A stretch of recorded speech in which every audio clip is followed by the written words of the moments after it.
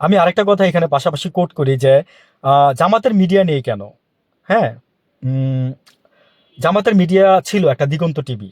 তো ওইটা ওই যে বন্ধ করে দেওয়া হয়েছে কখন তো জানেন, ওই যে যখন নাকি শাপলা চত্বরে যখন আপনার 200 থেকে 2200 বাচ্চা আলেম আলমাদেরকে হত্যা করা হয়। যাক, বলতে গেলে খারাপ লাগে। তো তারপরে বলি যে জামাতের মিডিয়া নাই, জামাত মিডিয়া করবেও না। কারণ হচ্ছে কি জানেন, মিডিয়া হচ্ছে এমন একটা জিনিস, মানে মিডিয়া আপনি এই যে দিগন্ত টিভি চালাইতে চাইছিল ভালোভাবে পারলো না।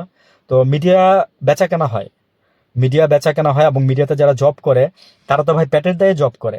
তাদেরকে সম্পাদক যা বলে বা উপর থেকে যা নির্দেশ আসে সেভাবেই তাদের করতে হয়। এই জন্য অনেকে মিডিয়া ছেড়ে দিচ্ছে।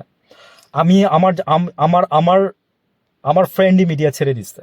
ঠিক আছে, আমি বাস্তব থেকে আমি যা কথা বলি অনেকটা আমি 50% 60% আমি বাস্তব থেকে বলার ট্রাই করি। আমি আমার বাস্তব থেকে এখানে আমি আমার অনেক কথা বলে গেছি, লাগলে শুনতে পারবেন। তো জামাত কখনো মিডিয়া তৈরি করবে না। জামাত কোরআন শরীফকে বিশ্বাস করে, পবিত্র কোরআন শরীফ এ হচ্ছে ওদের জন্য গাইডলাইন। এটাই মুসলিম হিসাবে বিশ্বাস করি আমরাও। ভালো থাকবেন।